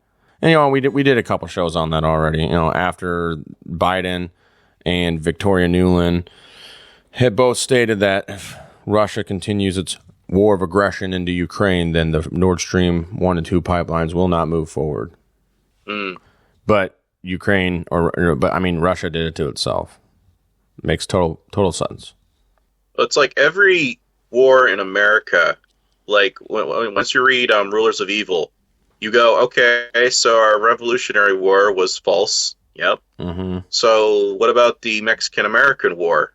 False. What's his name? Polk said he's going to double the size of the U.S. He sent a cavalry contingent to be near a Mexican base. They, of course, retaliated as their right because it was their territory with a foreign military force coming into their borders. So they shot back and retaliated. And they're over here going, they shed American blood. We can't allow them to do that. So we went to war with them. And Lincoln actually was the only guy that was condemning that because he's like, you didn't tell the whole truth about that story. And then you have the World War I, I believe, is where they tried to, Germans attempted to blow up the Statue of Liberty, allegedly. But that was another incentive for us to go over there. And then you had Pearl Harbor, another incentive for us to go over there. And then you had 9/11. So I'm like, is there any war where we're told, oh, it's because they were attacking us? It's like, no, time and time again, we have been proven throughout history. We instigate a little false flag, and then we send all of our troops over there. Right. How is this, no, don't tell me we're the good guys. Don't tell me we're the good guys. Yeah, and for all we know, it might come out 20, 30 years from now that some of these attacks may not even have happened, like the Gulf of Tonkin incident, which any Vietnam veteran in this country should be mad as hell at the government, not trust them one single bit. But I still see a ton of Vietnam vets are like, hell yeah, we need to go kick Russia's ass. It's like, dude, really? Like, you served in a war that was totally, that you and your buddies went and your buddies died at. Your neighbors died there. Right. The kids you grew up with died there. And it was all for a made-up story. Yeah. That never happened. It's a myth. It never happened. Sorry. But it's astonishing. Is that people are still buying the system of lies rather than submitting to Christ. Because that's what I'm saying is like, you're in the world, but you're not of it. But you're like, I'm from America. Maybe you could witness and relate to somebody that's a fellow American citizen. You're from Africa, fill in the blank, the culture and country that you're in. You're there for a reason. And God needs to start, he wants to start activating lighthouses. But here's the thing. You're not putting any oil in the lamps so you can steer people off of the rocks for fighting for these ideologies of people that are using you as cannon fodder for their own self-interest and gains. You are meat sacks on battlefields, which is the equivalent of altars to their gods. This is what you are to them. And it breaks my heart, dude, because it's like you were supposed to be in Christ's army, which it's not going to be easy, but it's a lot less bloodshed in the sense that you feel like you have to draw a sword and kill somebody in order to get your point across. It's like, no, you guys have to know your history and your words of the Bible in order to reach somebody. And your character is supposed to reflect the anointed one, Christian, anointed, the Savior, anointed. But how many people are grasping that? It's because you've mixed country and Christ to be one synonymous entity. So if you, again, well, we have to do it because of my American people, even though the war you fought in was a lie. Right. Like, I'm not disrespecting the soldier. All I'm saying is they're using you, dude. And it breaks my heart that you don't get that they're lying and using you. Right. As the blood sacrifice for this generation. Every generation. Yeah. Right. And that's another reoccurring theme everywhere. It seems like all these countries have these blood sacrifices every generation. Yeah. The whole root word of soldier, Sol Invictus, or Statue of Liberty, SOL. Sol is the sun god, spiked crown guy. And then you have DIER. In French, that means destined to die. One is who is to die for the sun god. That's I've your heard legacy. You say that before. Yeah, it's crazy. Yeah, but when you think of it that way, you're just going, well, I don't want to die for some stupid sun god. Yeah, that's the whole point. Is if you do have to rage weapons of war, which most of the time God doesn't want, but unless it's to go after things that He personally is against as well. Hence the whole story of Joshua and whatnot, and people that were going after His people. So I'm never saying I'm not against war. I'm saying when you're reading a lot of the points, it's saying they're coming after you and you're my people, so I will protect you. I will show you how to win this. Or is to eliminate the abominable offspring and corrupted seed of creation that I have never sanctioned. This was not part of my creation. So eliminate it. And I will give you the power to do so via me. That's like the only exceptions. And a lot of people, they're over here going, well, right. Our race is better. Our culture is are better. The economy is better. It's like, that's already things of the world. And again, I hate to say it, a lot of this stuff is all going right back to Trump, where that's make America great again. So you're defending your culture over Christ? Come on, folks. that man's never even read the Bible, dude. Come on, let's not kid ourselves. What he called 2 Corinthians 2 Corinthians? Never in my life have I ever heard anybody call it that. It's amazing that people are thinking that he is a Christian when I've pulled up article after article saying he's converting to the Judaic faith. But and he has his own Bible. Saying, yeah, so did King James, who is their Masonic king. I was telling my mentor, I said, he's like, well, you have to at least give me give in to the thing that their Messiah has to be Jewish. I'm like, no, he's 2nd King Cyrus. He's Gentile. Oh, that's wrong. How do you? Because I'm finding that this is another thing I've noticed is a lot of people, instead of digging into what you say, they try to look for cynicisms and critiques and bashing the people you've recommended or the sources you bring up, as opposed to actually digging in and seeing if what you're saying aligns with biblical prophecy and biblical living. Have you ever noticed that? Yeah. It's like, I'm not going left or right. I'm saying, does this match up with what's in the Bible? And then they try to disprove with what you're saying as the source because they want to continue living the lifestyle of sin that they've got going on or how they view and interpret the world. That's kind of terrifying when you're willing to invest time to disprove something as opposed to invest time to go, well, what else you got? Because it's just like C-19. Oh, I don't believe you. What's your source? Here's the CDC link. They literally said the same thing I just said. Well, I don't trust that link.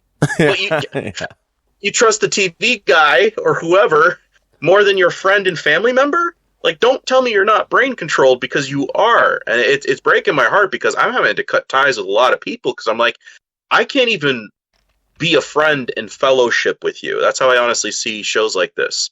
It's a form of fellowship. It's a form of therapy. But they're seeing it as an attack on what they identify with, which is the culture. And if you stand against what the thing that they identify with, this is what a cult is. The leader can't be wrong. Our group can't be wrong. The whatever we're preaching, it can't be wrong. We can't question it. Why can't you question it? Because Paul himself wrote, examine if you be in the faith. So if you can't even take a moment and reflect that if your life is kind of, having little elements of being compromised, I have to wonder if you're really a Christian because you're not willing to see, God, could you convict me in this area if I'm wrong? Well, he knows my heart, dude. So quit attacking me. No. All right. Nice. No, those are all really great points, dude. And that's definitely stuff for all of us. I think that we got to ask ourselves these questions and if you're a Christian, yeah, pray about it for sure. But real quick, just to hit a couple more people on this cabinet, if you don't mind going back to that real quick. I mean, because we're making great points, and this is all leading up to it, and this adds into this as well. E-Rock shared this, the Chad Cronister for administrative for the DEA, the Drug Enforcement Agency. You know about this guy? I've heard a little bit about him. I'm still going one by one through all the people that I've got on his roster. Oh, okay. All right. Well, then here, let me just hit this real quick because E-Rock found some good stuff while we were talking. He was in March 2020 during the height of the pandemic. His department had been responsible for arresting a Tampa Bay pastor who had allegedly defied COVID-19 lockdowns to hold church services. So that goes to show you that he's totally cool with. Yeah, he even has a tweet about it. About arresting that pastor. Yeah, they've been posting that around. Yeah. So he didn't delete it. No, it's still there. Yeah, it says that in a press release, this was as he was sheriff down there in Tampa Bay, Sheriff Cronister, saying that the pastor's, quote, reckless disregard for human life put hundreds of people in his congregation at risk and thousands of residents who may interact with them this week in danger, unquote. Think he still believes that way? Probably. I bet this guy would have no problems rounding up American citizens, knowing damn well they're American citizens and not illegal immigrant gangsters like they're going to tell the rest of the neighborhood, right? Right. And apparently his father-in-law, Edward J. DeBartello Jr., received a pardon from Mr. Trump in 2020 because Mr. DeBartello, a former owner of NFL's San Francisco 49ers, pleaded guilty in 1998 to concealing an extortion plot. Though he avoided prison, he was fined $1 million and was suspended for a year by the NFL. Then why even pardon him? I need this off my record, man. I really can't get a job. What about Hegseth tattoos? Oh, Yeah, I got a whole post on Hegseth. Yeah, he's so that tattoo that he's got on his chest, let's see, I'm trying to pull it up over here. So the tattoo that he's got on his right side of his chest, that is the Kingdom of Jerusalem flag. And that does connect with the Masonic Book of Crosses. I have here, it's a Jerusalem cross. So yes, that is a Knights Templar thing. And according to ancientorigins.net, the origins of the Knight Templar, descendants of the Jewish elders, the Knights Templar initially arrived at the Holy Land on a mission to reclaim some treasure that they believed was rightfully theirs. According to the modern Templar historians Tim Wallace Murphy and Christopher Knight, the knights who banded together as the Knights Templar were part of the wave of European royalty descended from the Jewish elders and fled the Holy Land around 70 AD when it was invaded by the Romans. So Hegseth is a big guy that's into the Zionist movement. He's taken a photo with a gentleman who wrote a book, Chris Arnzen, Battle for the American Mind, which is ironic because, you know, the whole mind control thing, where Satan wants to sit, not necessarily in a third temple on Earth, but it could be like the third temple of your mind, Battle for the American Mind. Interesting. Yeah, he's also got affairs going on, which is way too much to read right here. But allegedly, back in 2017, Pete Hegseth reportedly paid off a woman he sexually assaulted. Again, is this stuff that we hear about in the mainstream media, or when, you know, no. Everybody's gold, and everybody that he's got next to him is Catholic. He's also a big-time part of the Hollow app. Allegedly. Allegedly? This is what happened, whether it did or did not. We're just reporting the news of what was out there. Just reading what somebody else wrote. Do you believe in dinosaurs? Or no, dragons. That's what I was going to ask you. Dragons, yes. Dinosaurs, yeah. I'm 50-50. I think dinosaurs might tap into tampering with the genetics with the giants and all that stuff. So I think that's where like cryptids and whatnot could come from, is offshoots from the angelic offspring. That's my personal take. Whether it's true or not, I can't say I'm an expert in the field, but I do believe there were definitely dragons to an extent, and some of them, like the ones we hear about in Job. To say that all of them existed, I'm still 50-50 on that, because I really want to be on board with the Creation Museum's findings, but I don't know, dude. It's hard for me to put a finger on that specifically, but at this point, I don't think it's too big of a thing to tap into. The only thing I would throw towards that is the guy who came up with the name, the dinosaurs, was Sir Richard Owen, and he had connections with the Royal Society. Royal Society is Masonic. So the fact the Masons connected with the whole origins of the dinosaur narrative makes me really scratch my head of whether or not that's true. And yeah, that's a whole other topic. Oh, yeah. Joey Behar. Yeah, she don't like you. Fake news. Yeah. With Joe Rogan. Yeah. What? Come on, man. I grew up on Puff the Magic Dragon. I'm not just going to throw that out. Are you a pothead fucker? No. What? No, Jack. No, I'm not. I pass on grass all the time. Dr. Oz? Oh, yeah. And his and Marina Abramovich connections? Yeah, that guy, he lost to that dude, Fetterman, who had a stroke in PA. Like, you're going to put that guy in charge of stuff? Dr. Oz lost to a dude with a stroke. The state was like, no, we want the guy whose brain doesn't function all the way. Which, you know what? I'm really glad Fetterman got voted in, because it's been so entertaining. But I think that's part of the whole game, right? Is entertainment. They got to throw it in there. Oh, yeah. Big time. And even the thing is just putting the name out there of like, oh, yeah, I remember when he ran. And then all of a sudden we're all like, yeah. Because Mehmet, I think there's something with his name that connects with Muhammad or whatever. He's also part of the World Economic Forum. Marina Abramovich, she's connected with Aleister Crowley. She's part of that spirit cooking things. As well, Mr. Oz was pro C-19 injections, which a lot of people did not know. So for me, it's like, okay, you know the old proverb that you can tell a lot by who their friends are? Yeah. I really don't see Republicans putting on that critical thinking cap of that old little proverb and going, yeah, why do you keep picking up these other people that are rubbing shoulders with Soros and World Economic Forum? Like Elon's brother. Did you know he has a younger brother? Yeah, and isn't he heavily involved with the World Economic Forum? Yep, Kimball Musk. And then Ivanka, in 2015, she was an honorary member of the Young Global Leaders, which was also Mark Zuckerberg and I think what's his freaking name? He was in Titanic. DiCaprio. Yeah, Leonardo. Tulsi Gabbard was one of the young global leader classes. And we already talked about J.D. Vance has ties to Bilderberg Group. Plus, the other billionaire that helped Elon start PayPal, allegedly. What's that guy's name? Peter Thiel. He was backing J.D. Vance, and he's a hardcore globalist, too. And he's also a procurer of young people's blood. He wants to live forever. Yeah, he's a little vampire.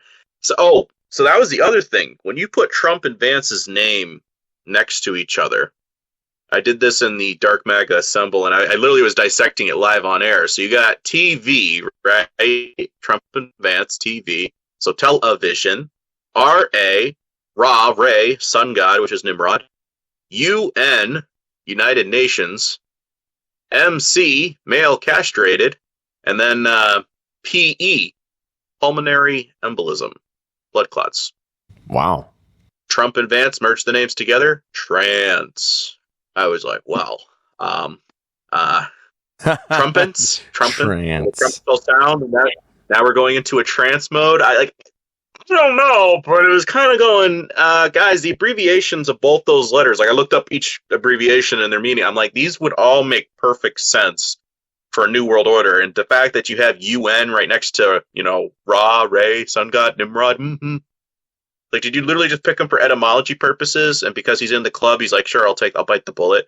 And it's like, because all the stuff he literally said before, he probably was true, but they're over here like, you're the only one that fits the etymology that we need right now. Okay. Yeah. I don't know. Yeah, but I know these people, these people aren't shooting from the hip with the decisions that they make. They're very coordinated. Right. Well, and especially everybody's like, oh, well, Trump plays 5D chess. He's so smart. That's why he's so Marco successful. Rubio. Yeah, Marco Rubio. Yeah, do you have him on your list? Oh, he is such an AIPAC shill. I'm still composing stuff on him. But yeah, big time AIPAC buddy boy. I'm still digging into the dark internet for some more articles on him because that's where you always find the juicy little bits that I'm like, oh, no wonder mainstream's not talking about that. Yeah. But I do have a lot of AIPAC stats on him.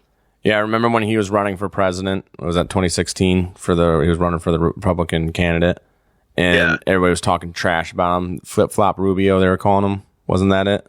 Yes. Because he kept flip flopping on all the stances. I've never liked him. No, he's a. You just look at him and you think just slime ball, leaving his slime trail everywhere he walks. Yes. So Trump's chief of staff, Susie Wiles, she's got Mercury BlackRock connections. Interestingly enough, Mercury connects with the Trump's etymology. Have you guys heard that before? No. They keep referring to it as okay. So Donald stems from Adonis. Adonis's equivalent is a Sumerian goat shepherd god, similar to Baphomet, Pandemic, Pandemonium, Pan, Peter Pan. So you have Dumazid. Dumazid's equivalent is Tammuz, Nimrod's son, and he's mentioned in Ezekiel chapter 8. Tammuz in the Greek was known as Hermes, in Egyptian Thoth, which is 9/11. That was the first year of the Egyptian cycle. And then Hermes' equivalent is Mercury in Rome.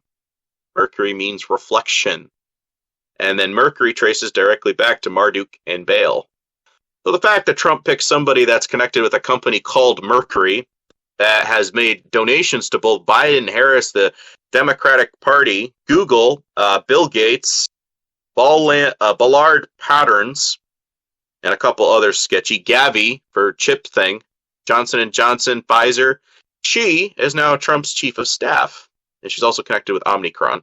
Interesting. So another interesting thing about the name Mercury, that's kind of like once again like a mockery, I think, to just the human race in general, because don't they say Mercury and magnets can help generate free energy type motors and stuff? You ever hear about that?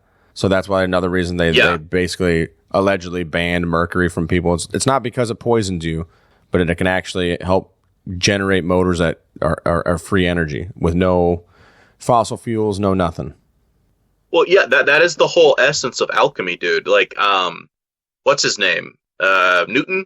When they dug up his corpse, his hair and a lot of his bones and stuff like that, they were drenched with mercury.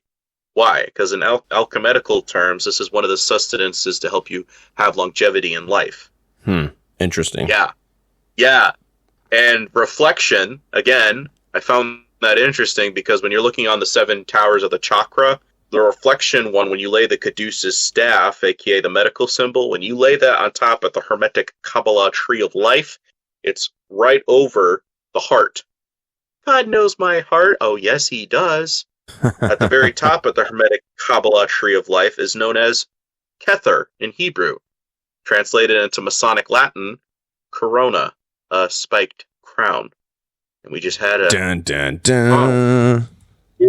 And at the very bottom, it's known as Melkut, or X is what it equivalents. And Souls of Fire is also what it means. And it sounds very similar to the Leviathan or the Son of Perdition that we read about in Revelation. So for me, I was going, we just had 3 or 4 events on this Hermetic Kabbalah tree life go down since 2020. And we're this close to X, where Osiris rises from the... Yeah. Granted, could be wrong. Basing off of their stuff, I'm going... No, man, you're wrong. It's the age of Aquarius. It's the Great Awakening. It's going to be everything awesome, dude. You gotta get on board with that, man. My birth bomb. Oh, boy. They wouldn't have made a song about it if it wasn't going to happen.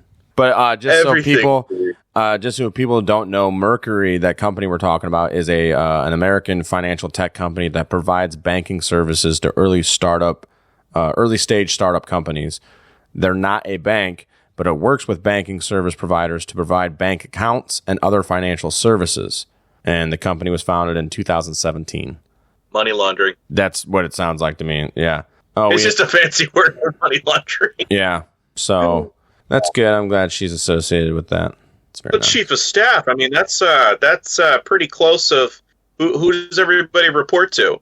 Oh, speaking of reports, allegedly, why Matt Gaetz stepped down? Because remember, he sent in his letter of resignation because he was this pro of being Trump's attorney general. Yeah, right. He was about to get doxxed or whatever or something. Yeah, Paula Reed from CNN states that he withdrew the AG nomination 45 minutes after we called him to let him know we were going to report that ethics committee that we had a second sexual encounter, allegedly, between Gaetz and a 17-year-old from 2017. Now, what I kept digging, I was finding out, is that Matt Gaetz is not AIPAC funded. Instead, the things I was reading, Matt Gaetz' nomination as Attorney General has been criticized for anti-Semitism. Matt Gaetz has a long history of trafficking in anti-Semitism. So for me, I was basically going, they own the media. So they're over here going, Trump, we understand that he's a supporter of yours. However, this gentleman is not AIPAC friendly. And if you do, we're going to release we're going to release suspicious photos, stories related to his extracurricular activities. His kung fu classes that Ghislaine had with him and Elon were doing kung fu classes together with Epstein's mistress. Are you serious? Well, I don't know about Matt Gaetz, but allegedly there was an email an email to Elon from Epstein asking him how his kung fu classes with Ghislaine were the night before or something. We need to have the Whoopi Goldberg disclaimer. Whoa, looks like you have a legal note there, Sonny. Matt Gaetz has a wife, and there's no evidence he'd go up to a tent in Brokeback Mountain and let a cowboy frolic in his stable. Telling you, man, these people, it's so freaking obvious. Okay, so this is what I was telling folks. Allegedly, sorry. Yeah. When you look at both left and right, because sometimes the left, sometimes they drop a little bit of truth on this side, and they drop a little bit of truth on the other side. And then they have you guys, the peons in the middle, they have you argue out the semantics. Absolutely. Because half the truth is not the full truth. But what if both of you have a little bit of the truth, but if you actually came together and compared notes, you would go, oh, wait a minute. This story now makes sense. Yes, it does. So even, again, calling Trump the next Hitler or whatever. Well, it's funny because on a MAGA page, they said now we can go forward with Project 2025 now that we've secured the election. Yeah. So wait a minute. After they just went through and said that was a left-wing lie, right? Yes. They just got done saying that everybody that was said anything about Project 2025, that's a lie. Straight from the pit of hell. And the guy from, I think it was a Heritage Fund that who's also doing Project Esther, by the way. So it's just a little bit of a Trump names Project 2025 architect Russell Vought to key White House role.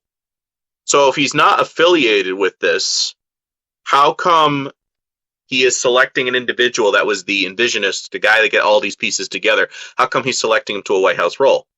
Now, granted, can you adapt and compromise certain aspects within the project? Absolutely. But it's basically, if you don't agree with me, we're going to steamroll everything we want on this chart. You know what I'm saying? So Mark Zuckerberg went down to Mar-a-Lago. He said he's going to be friendly with Trump. YouTube has apologized for being mean to Trump. Elon is threatening to buy MSNBC and CNN. He's already bought out Fox. So your news is literally going to be controlled by, quote, as Elon phrased it, the Soros of the right. Which is disgusting and scary in itself right there, right? It's like, I wouldn't even say that. It's or as Jim Casaveas, whatever, the guy that played Jesus, he was saying, like, I'm still Jesus, but Trump is the new Moses. What? Wait, he what? said that? Yeah. Was right he trying to after get struck by lightning again? Right? Right after the Sound of Freedom movie thing came out. And I'm over, and he didn't just say it once on the show, he actually put out a tweet on it. So, for me, it's kind of going, guys, Trump, like the day or so after his election, like I posted, he posts another thing where he compares himself to the second coming of Christ. This is the second time he's done it. The other time was when he was on trial. He put a sketch of Christ sitting next to him, like in a ghostly like thing next to him on trial. Oh, this is the second time he has done this. He has said he is the king of Israel, or he's nicknamed Jerusalem's prince. Champion of Noahide laws from 2020. I think it was Lion of Zion in the Israeli pop song. So for me, I'm going, he's getting a lot of both MAGA, evangelical, dispensationalists, patriots on one side. He is already Make America Great Again over in Israel. There's tons of signs I can show you of this. And like you were saying, all the way over to freaking Hong Kong, they're throwing out a, liberate us sort of deal. Because Trump's name is starting to become synonymous with patriotism or the American dream. Is that not correct, would you say? Yeah. It's becoming that. Like Trump's name, you say Trump, it's like, oh yeah, we're automatically friends. It's just shake my hand, brother. Like, so I don't know. I could see something, a very authoritarian regime being established. And I think they said Project Esther is supposed to be from 25 into 26, first 12 to 24 months. Which, what did you just say with 26 for Doge? July 4th is going to be the ending of it, yeah. So I wouldn't be surprised within the next first 16 months. A lot of people are going to get rounded up under the guise of we're helping secure our country. It's a lockdown, making sure some people can't go to work that are a part of the quote unquote conspiracy realm thing, or you're under lockdown until further notice, until we vet you. Until you're fully evaluated. I need to go out and get groceries. Yeah. I need to go get groceries. Sorry, we're holding on to your ID. I hope you can get an Uber to go home. Yeah, call Uber Eats. Oh, yeah. Don't tell me we didn't offer you an option. We did. Right. How am I supposed to pay my bills? That's on you. Well, I can't get online. Well, that's your problem, isn't it? Well, here we have this other option that we can just buy your house from you and you can just pay us. Yeah. I see it dystopian, but that's just me. I could be paranoid. Well, here's the scary part is that all these picks that we're talking about, and they're talking about authoritarian policies that they want to implement on their political opponents and stuff. And all the Trump supporters are like, yeah, like they did it to him so that he should be able to get back at him and stuff. And it's like, no, I mean, would you want that happen to him afterwards? Like, and all these other people and stuff? Like, don't you see the slippery slope that we're heading towards here? Just because it's your party that has control and power and doing all this stuff, for some reason, you don't see a problem with that, but you're happy about it because it's your party. I voted for these people. Yeah. Heck yeah, we're in charge. Well, what happens 8 years down the road when it's not your party and now they're doing the same shit to you? Like, people don't, like, are you really that small-minded you can't think that far ahead? Hold on, there's a quote on that really cements it home. So there's a guy that wrote this. His name was Martin Niemöller. He says, first they came for the communists, and I did not speak out because I was not a communist. Then they came for the socialists, and I did not speak out because I was not a socialist. Then they came for the trade unionists, and I did not speak out because I was not a trade unionist. Then they came for the U's, and I did not speak out because I was not a U. Then they came for me, and there was no one left to speak for me. Exactly. That's perfect. Yeah. It's like, I think that's the thing with the watchers on the wall, the people who are laboring in the vineyards. We're dealing with a lot of people sitting on the sidelines who are cynics, and they're over here going, yeah, I'm working. You're putting on sunscreen lotion and wearing sunglasses while you're swatting at flies, drinking lemonade, while you're telling the person who's actually doing work and warning you about what's coming and laboring in the spiritual warfare. You're telling them, yeah, you're just being paranoid. You've never even, done one single harvest. How do you freaking know? You have no idea how dark it is on the other side because you still participate in half of their, rituals. Yep. So how am I supposed to reach you? I can't, because you're not willing to dig. I can toss you a shovel all the day long, but if you don't pick it up, we're not going to get to work. Well, and they think that you're the crazy one, that you watch too many movies, you read too much internet, you need to relax and go watch a football game and just chill out, man. Eat some ice cream and shut up. Dude, you hit the nail on the head. That is exactly what it's come down to, is you're overthinking. It's like, well, am I supposed to be a critical thinker, or am I like...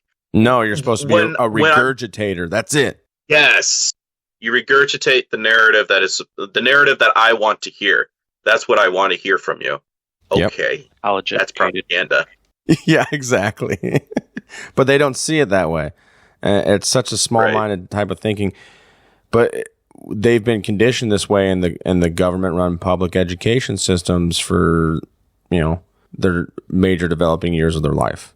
It's hard for people to break out of the matrix. We got Linda McMahon as the education secretary. Linda McMahon is from WWF. Are you serious? A major donor to Trump. Yeah. Oh yeah, Vince McMahon's wife. That is she? Oh wait, that's it. Oh, WWE, brother. Whoa. Yeah, former wrestling executive to lead the education department. You kids don't like to learn? Know what we have for you? It's called a power bomb, son. Dude, it's starting to become idiocracy. It really is. Oh. She's got oh gosh. She's got the highest IQ in all of Washington D.C. She gets it. She gets the position. So toast. She will fight tirelessly to expand choice to every state in America and empower parents to make the best education decisions for their family, Trump said in a statement. So what I did hear about him saying is that he's going to start taking funding. If you're going to be homeschooling, you should get as much as the school does for your child as the state pays your school and whatever, right? So if the state's paying the school $10,000 a child, well, and you're homeschooling your children and you only get like $1,000 a kid, and you have to come up with everything else on your own, how is that fair? So he's talking about giving $10,000 per kid to homeschoolers. I don't know if that's the actual number, but I think he wants to try to bring that number closer. And remember when we were in school, we were doing the Suck It? From was it WW or WCW? Yeah. Yeah. Remember that? That was brilliant marketing. Triple X, yeah. Oh, there's ever seen that video of that kid that got in trouble for telling a girl suck it? And he's like, I didn't actually mean suck it. Yeah, and you can tell this kid doesn't even know what that means. Yeah, good video. I'm still trying to figure out my gender. What you talking about? Well, this kid was like, this is from like early 2000s, late 90s maybe. Yeah, so yeah, nowadays they're like, I don't know if I'm supposed to use a toilet or a litter box. What do you mean? Do I want somebody to suck it? Suck what? My tail? Yeah, they don't know. Hey, get this one. The transportation secretary, Sean Duffy. Mm-hmm. He appeared on Road Rules, MTV, Road Rules and Real World. And what did they do? He's a former congressman and Fox Business host, but his claim to fame was the Real World and Road Rules. So more TV personalities. This is the worst freaking reality television show I've ever watched in my life. Could you get Gordon Ramsay somewhere in this? They should just film it, though, make it like then he could gain money off of. Well, they probably will. I mean, that's what they're doing. Is they're just trying to entertain us with some things that look good. But, Rome is burning, Emperor Nero. Where's my fiddle? Like, okay. The hordes are at the gates. Surely we are too civilized for them to cut our heads off. They wouldn't do that to us. Well, and then that Pete Hegseth, the guy picked for defense secretary, he was a Fox News host also, right? Correct. Yep. No, he's, I think, Newsmax, I think. Same thing with the Surgeon General, the Janet Nezhawat. Same with Dr. Oz. Oh my gosh, they News really are medical giving us it's a star-studded cast. Yeah, dude. And don't tell me they're not doing that. You see the thing they did with Marvel or DC? Oh, it's just showing us the Justice League. They're showing us yeah. I was like, oh gosh, this is getting bad. So how's Mike Huckabee going to be the ambassador to Israel? Oh, that guy is such as Mike Huckabee. He plays bass guitar. Well, you know what they say about bassists. Slap with the bass, man. I think that was one thing I was thinking about this whole election cycle. I said, if this country is really that bad, how come we're not having like triple candidates on the podium this year for 2024? Like in 2016, we had like 8 to 10 Republicans. We had like, I don't know, 7 to 8 Democrats. And this year, it was essentially literally just Biden. Nothing enough for we had a little bit of a, ooh, this actually might be a real contender because RFK went freaking independent. So that wasn't really anything. And then on, Republican side, there was really no resistance. It was literally lined up perfectly for Trump to take the stage again. Yeah. Tell me the Uniparty is not at work without telling me the Uniparty is not at work, because there was nothing except maybe RFK. And I didn't even think he had a chance in this, because why? He can barely speak and get a speech out. Well, yeah, You think I'm going to be intimidated as a world leader? Right. You better stop. Yeah. He sounds like that guy from those Just Truth commercials. You don't always die from tobacco. I think it'd sound better if he used that. Maybe that would help him. Yeah. Well, and then Vivek Ramaswamy was like really the only competition to Trump, and then he dropped out, right? Yes. And even then, I was watching some clip actually the other day, and he was saying that Trump, or he got some of his money from how he went to school was some donation thing as a kid, yada yada. And then he was talking about how something with Soros bailed him out with a loan. And he invested in I was over here going, pharmaceutical. Like Uncle Soros or something. I was over here going, guys, he's aware that Trump, like if he's trying to distance himself, but then he joins his freaking campaign and he knows about the Soros connection. It's like, no, he's not the savior or he's innocent himself. He knows exactly what's going on just as much as the next guy. Right. So to tell me he's not part of the club, he is part of the club. Like he was kind of like an Obama. Where the heck did he come out of? Like all of a sudden he was just there. Yeah. Nobody had never heard of him. And then he's this great public speaker and he's rallying all these people up. And then he's like, you know what? You guys should really vote for Trump. He's the real savior here, not me. Mel, do you live over there? Yeah, I'm alive over here. I'm just listening. I'm taking it all in, man. I get worried when somebody gets this silent that they're in the whole show. I'm like, did he die? No, I've been listening. I've been trying to fact check stuff, but you guys are going so fast on me. It's like, all right, I'll just let you keep going. Okay. Yeah. Are there any other people that you'd like to cover on this? Any of his new picks? Well, at the moment, I'm still compiling data, but I think that's more than sufficient of the main things I would be targeting real Christians. What about his pick for border czar, Tim Homan? Oh, that guy, yeah. Okay, the minute I saw him, I was laughing because was he saying that he was going to arrest the mayor of Denver or whatever? Tonight, Trump's border czar, Tom Homan, threatens to put the Democratic mayor of Denver in jail. This comes after the mayor, who's my next guest, talked about resisting federal forces trying to carry out mass deportation, saying, quote, more than us having the Denver Police Department stationed at the county line to keep them out, you would have 50,000 Denverites there. It's like the Tiananmen Square moment with the rose and the gun. Homan firing back on Fox News. Me and the Denver mayor, we agree on one thing. He's willing to go to jail. I'm willing to put him in jail. We're going to enforce the law, period. And they're not going to stop us. Yeah, the whatever gangs to come up there and stuff like that. Oh, yeah, I do remember I'm like, that. what about states' rights? I mean, I understand what he's, quote-unquote, trying to do. But that does seem a little bit like an extreme measure, and that's almost a little bit of a nod that if he actually does go through with it, even if it's kind of like a Harvey Weinstein thing, like, oh yeah, he's in jail. Like sometimes, like, how do we know they're really in jail? I mean, you literally could just tell us they're in jail. They're in some safe house living the best life, and then when they had to, we have to make sure, we have to put out some news article that you're going to the hospital, or we have to make sure you go to a court hearing. Okay. Then you put on the suit, you go back in, and everybody still thinks you're part, in the system. Yeah. Like, how do we know this is not really the case? What's going on? So, I mean, you could quote unquote arrest the Denver mayor. Everybody gets freaked out, and anybody in politics, because again, this is lower scale, not necessarily the senators and stuff like that, people in Washington, D.C. This gives them the incentive of, oh crap, so if I try to pass any legislation that's, helping Christians or anybody that's actually like trying to stand up against the system, I could go to jail because he's willing to go after people in public office. So is that little story being put out there to kind of be a little bit of the incentive of even little old me could get it? Okay, I'll side with you. It's a scare tactic. And I don't know, but I think that's part of the reason why we'd establish somebody like that. It would make sense if they did it like that. Oh, he's doing it. Yeah. Well, I mean, you tell people the official narrative, right? And again, this is the way I always try to see it is like, okay, if I was in the club, what's the official lie that I give to the populace?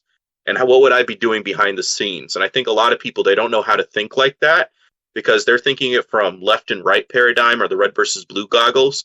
And I'm over here going spiritual warfare wise, also in a tactician sense. How do I lie to the public and get the most accomplished without them actually catching on to what I'm doing with policies? Everybody's over here watching the right hand. No one's paying attention to the left hand. And that's why they push those big news stories that really don't mean shit. Like that search for the Titan submersible, for how much time do they waste on that for days? And meanwhile, or even right now with the thing with Hunter, Trump's already hinted that I could give pardons to everybody from January 6th. And I'm like, really? That quick? Everybody's getting all up in a tizzy about the thing with Hunter, which again, I do disagree with. I don't want people to think I'm, but they're all getting up in a frenzy over that. But then the other people are over here going, yeah, he totally has justification to pardon everything from, and also as a felon, he can pardon himself as president because, Biden did it. It's literally like little kids. Well, you threw dirt first. Well, you threw that. You did it. Are the kids happy? Yes. And they're getting away with it just laughing every night saying, they actually think we're enemies. Come over here, brother. Yeah, that's all their debates were, is just tit for tat and acting like children. We knock on wood wherever we may have wood, that I'm in very good health. I just won 2 club championships, not even senior, 2 regular club championships. To do that, you have to be quite smart, and you have to be able to hit the ball a long way, and I do it. He doesn't do it. He can't hit a ball 50 yards. He challenged me to a golf match. He can't hit a ball 50 yards. Well, anyway, anyway, just take a look at what he says he is and take a look at what he is. Look, I'd be happy to have a driving contest with him. I got my handicap, which when I was vice president, down to a 6. But by the way, I told you before, I'm happy to play golf if you carry your own bag. Think you can do it? That's the biggest lie that he's a 6 handicap of all. I was an 8 handicap. Yeah. 8. Never. But I have, how many? I've seen you swing. I know you swing. Okay, let's not act like children. President Trump, we're going to Let's not act like children. Golf? We're going to argue golf on a national debate. We're going to talk about.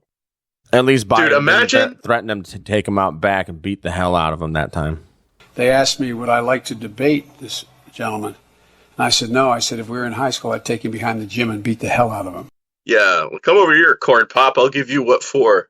You may cut me, man, but I'm going to wrap this chain around your head. Imagine, though, dude, if you were a Native American chief and you were coming back and you're going, really? I moved my people so that you guys could argue about this stuff?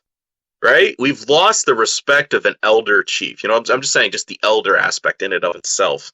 And we've replaced it with these circus freaks. Yeah. And we're saying that this is the leader of, quote unquote, the free world. This is the best we got.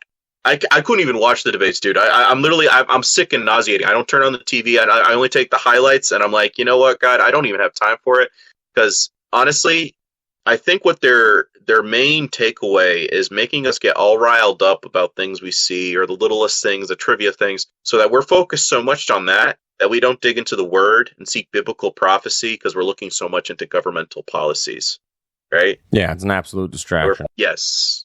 So we're not looking for and because for me, sometimes I'm thinking, you know what? When I get up there in eternity, and any other fellow ancestors that accepted Christ, I kind of want, talk with them and just be like, yeah, I remember when you went through that era under this crappy tyrant. Yeah, I remember when I went under this during the last days. I think there's the highlight and the joy of that we suffered the tribulations during the time and era that we existed, but through it all, we continued to carry on the baton of truth, which is the gospel. I think that is the honest takeaway that I think most Christians should start driving for, Yeah, that's good. And one thing I want to hit on, is that it is also written that it says, when these things come to pass, that generation shall not pass away before the end happens. So we could, if we are in, I guess you'd say, the book of Revelation, then we're going to see some serious stuff going to be happening here pretty soon. It's going to really start escalating real quick, I think. Yeah, I think so too. And I think a lot of it, as we've already laid out, it is going to warp speed. I genuinely think that will be the real warp seed. That was warp seed. The real warp speed is going to try to eliminate and silence the voices of contention with the New World Order, which is what I see the MAGA thing. It's a Judas goat Trojan horse into the New World Order. And a lot of quote unquote Christians, they're not seeing it because somehow we have ingrained in our minds that I repented. I didn't make it applicational, but I repented.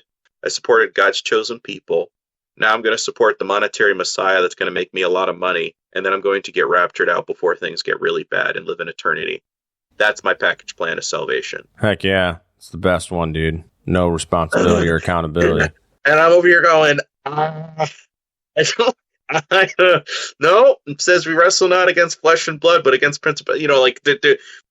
We don't talk about Zionism. We don't talk about Jesuits, Origins, Masons, all this stuff. We don't talk about it.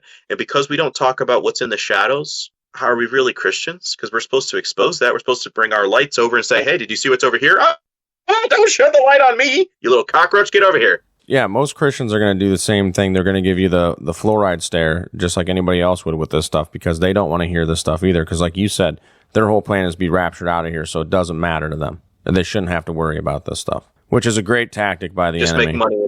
Yes. And again, going back to the dollar, in God we trust. Why is that on your dollar? Why is that what you're looking for before you're raptured out? You're going to accumulate souls for the kingdom of heaven, or are you going to accumulate wealth in your bank account before you get raptured out? Which one is it? What's your priority? Well, I'm doing both. Render unto Caesar the things that are at Caesar's, and unto God the things that are God's. Like, while you're here, tolerate the taxes, tolerate whatever you have to, but don't forget your spiritual priorities first and foremost to the kingdom of heaven. I'm seeing too many people doing as above, so below. Why don't I just merge the two? You can't merge the two, because that is Kabbalah. If you didn't know, that is traditions of men, which constantly in the New Testament, when you read that, just say Kabbalah. That's as above, so below. That is that little Baphomet guy you don't like. That is what they believe. Word in the world. You can't have a foot in both of them. A house divided against itself. When you understand what the occult does, when you start reading the things that Christ is saying, you're going, wow, you're condemning them constantly. Yeah, it was intentional by design. And it makes the Bible come alive. So when you understand what the Baal practitioners are doing in the corners and the shadows, this is why they didn't like Stephen the martyr. They're saying, okay, we'll put you on trial, and you guys practice the star Remphan worship, Acts 7:43. How dare you expose what we do in the dark while people are listening in to this trial? They start renting their clothes and they bring him out and stone him. Why? Because you're telling everybody what we do in the shadows, and that is not what we're supposed to have people know what we actually do. They're supposed to respect us for being the authorities of the culture and religion. And you're telling them what we're doing? How dare you? It's the same thing for any Christian. And then what do you think these world leaders are going to do when they get called out? Same thing, right? It's never changed for a real Christian. Yeah. Yeah. And unfortunately, it's all the same. But, once again, man, we can be rest assured that, Donald Trump is he's going to be the savior, man. He had Kenneth Copeland open up in prayer for him. So he's a good, solid dude with God because he's got Kenneth Copeland on his side, who's that guy I'm pretty sure is demonically possessed by like multiple demons, dude. Yeah, and then General Flynn doing the New Age prayer. Oh, yeah. The Wada Guru. Oh, so many New Agers are saying, it's just another equivalent of God.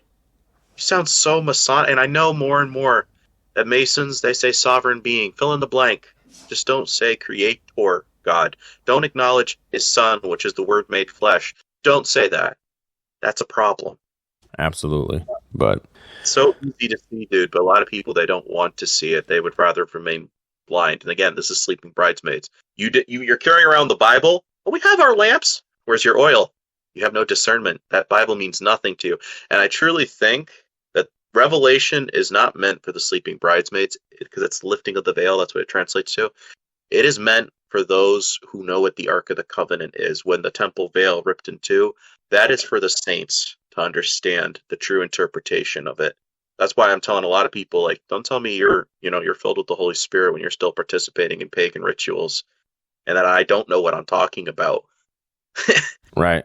Yeah. You know what I'm saying? Because actions are speaking louder than words. That's another proverb that's like, yeah. Yeah, absolutely, man. Oh, gee, I just looked at the time, man. We got to wrap this up. I got to watch some Monday Night Football. So, no, I'm just joking. But we do have to wrap this up. So, all good. Can you please let our listeners know where to find you? Yeah.